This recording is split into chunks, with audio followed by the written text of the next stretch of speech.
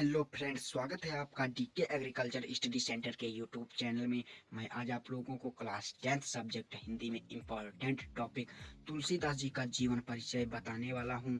आसान तरीके से समझाने की कोशिश करता हूं, जो 2022 के बोर्ड एग्जाम में आने के 100% चांस है। इसीलिए मैं आप लोगों को तुलसीदास जी का जीवन परिचय बताने जा रहा हूँ आसान तरीके से। इसको मैंने अपने शब्दों में लिखा है। अगर आप लोग इस प्रकार से ही लिखेंगे तो आप लोगों के बोर्ड एग्जाम में एक भी नंबर नहीं कटने वाला। जी हाँ दोस्तों, आइए आप लोगों को आसान तरीके से समझाने की कोशिश करता हूँ। अपने टॉपिक को आसान तरीके से शुरुआत करने की कोशिश करता हूँ। आइए शुरुआत करते हैं अपने टॉपिक की। गोस्वामी तुलसीदास का जन्म 1532 ईस्वी को 1532 ईस्वी को किस गांव में हुआ था? तो बांदा जिले के राजापुर नामक गांव में हुआ था। इनके पिता का नाम आत्माराम दुबे और इनकी माता का नाम तुलसी था। आइए आप लोगों को इस प्रकार से लिखना है। गोस्वामी तुलसीदास जी का जन्म 1532 ईस्वी में बांदा जिले के राजापुर नामक गांव में हुआ था। इनके पिता का नाम आत्माराम दुबे और इनकी माता का नाम तुलसी था। कुछ लोग इनका जन्म एटा जिले के सोरो नामक गांव को मानते हैं। किस गांव को मानते हैं? तो एटा जिले के सोरो नामक गांव को मानते हैं। ये सरयू पारीण ब्राह्मण थे। तुलसीदास जी सरयू पारीण ब्राह्मण थे। इनके बचपन का नाम राम बोला था। तुलसीदास जी के बचपन का नाम राम बोला था। इनका जन्म अभुक्त मूल नक्षत्र में होने के कारण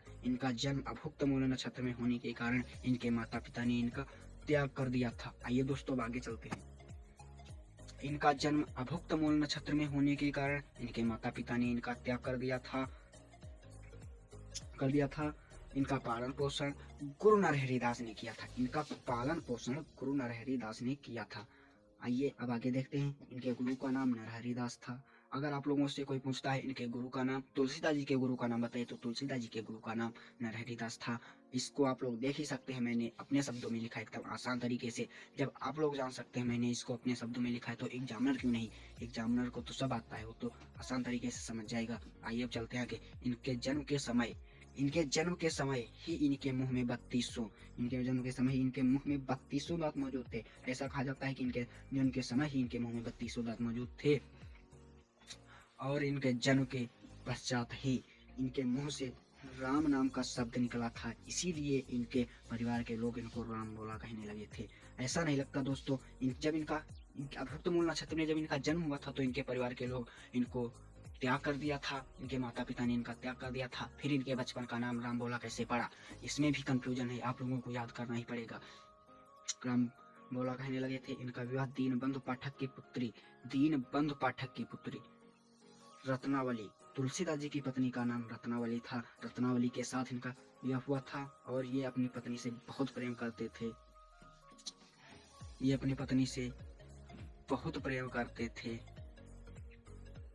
एक दिन बिना बताए इनकी पत्नी मायके चली गई और ये रात में आंधी और तूफान का सामना करते हुए अपनी ससुराल जा पहुंचे। आइए दोस्तों अब चलते हैं। ये रात में आंधी और तूफान का सामना करते हुए अपनी ससुराल जा पहुंचे। वहां इनकी पत्नी ने इस कृत्य के लिए इन्हें बहुत फटकारा। जहां पर आप लोग जानते हैं अधिक प्रगाढ़ प्रेम होता है, वहां पर अगर फोड़ फायर होती तो थोड़ी नहीं बहुत अधिक हो जाती। वही तुलसीदास जी के साथ हुआ।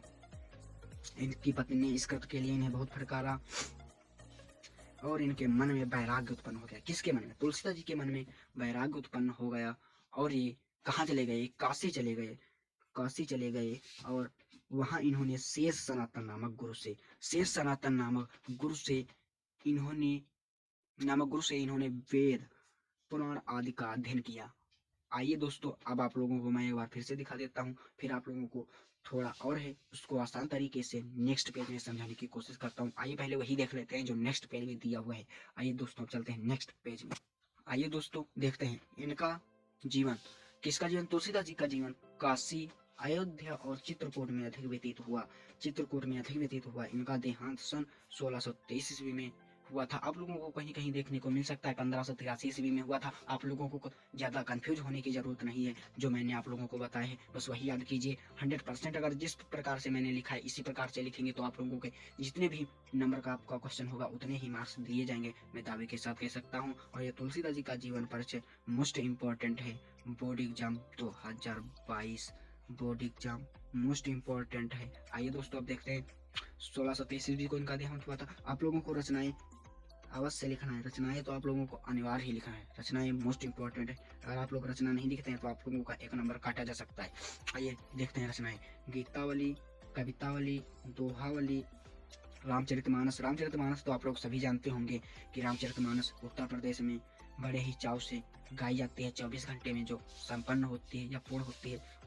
और अगले विनय पत्रिका आदि, इनकी बहुत सी रचनाएं हैं। मैंने आप लोगों को ये 2-3 बताने की कोशिश की। आइए एक बार फिर से देखते हैं अपने टॉपिक को आसान तरीके से।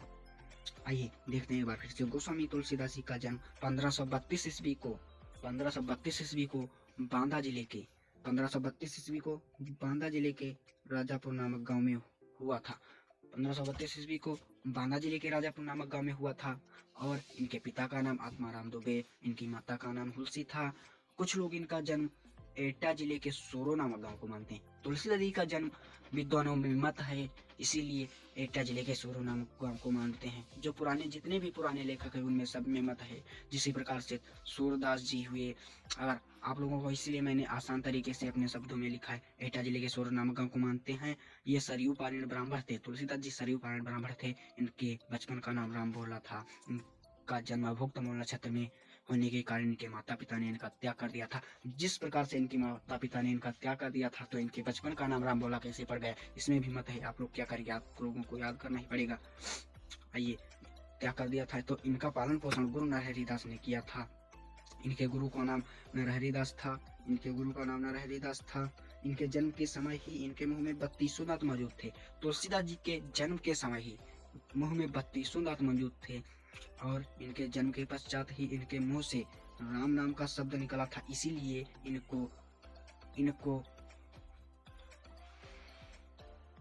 इनके परिवार के लोग राम बोला कहने लगे थे। और इनका विवाह दीनबंधु पाठक की पुत्री रत्नावली के साथ हुआ। तो इनकी पत्नी का नाम क्या था?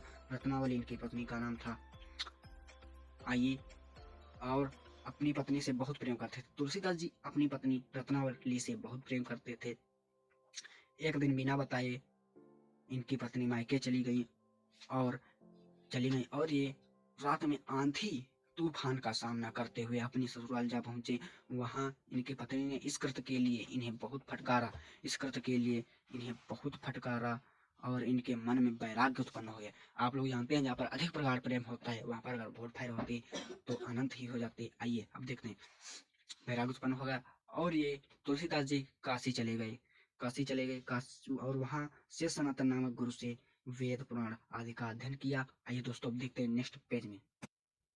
से सनातन नामक गुरु से वेद पुराण का अध्ययन किया तथा इनका जीवन काशी, अयोध्या, चित्रकूट में अधिक व्यतीत हुआ। इनका देहांत 1623 ईस्वी को हुआ था। तुलसीदास जी का देहांत 1623 ईस्वी में हुआ था और तुलसीदास जी का जन्म 1532 ईस्वी में हुआ था। इनके माता का नाम हुलसी, पिता का नाम आत्माराम दुबे, इनके बचपन का नाम राम बोला और इनकी पत्नी का नाम रत्नावली, गुरु का नाम नरहरि दास था। आप लोगों को मेन पॉइंट याद रखने हैं। उसी प्रकार से आप लोग बोर्ड एग्जाम में बनाकर लिख सकते हैं। आइए अब रचनाएं देखते हैं। रचनाएं आप लोगों को अवश्य बोर्ड एग्जाम में लिखना है। अगर आप लोग रचनाएं नहीं लिखते हैं तो आप लोगों के नंबर काटे जा सकते हैं। अगर आप ये क्वेश्चन 4 नंबर या 3 नंबर में आता है, अगर आप लोग रचना नहीं लिखेंगे तो आप लोगों का 1 नंबर काटा जा सकता है।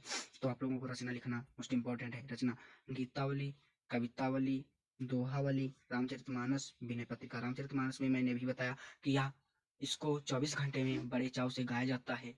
24 घंटे में संपूर्ण होती है। या 2022 के बोर्ड एग्जाम में आने के 100% चांस है। आप लोग इसको जरूर तैयार कर लीजिए। मैं मिलता हूँ आप लोगों से नेक्स्ट वीडियो में। तब तक के लिए धन्यवाद। Thanks for watching.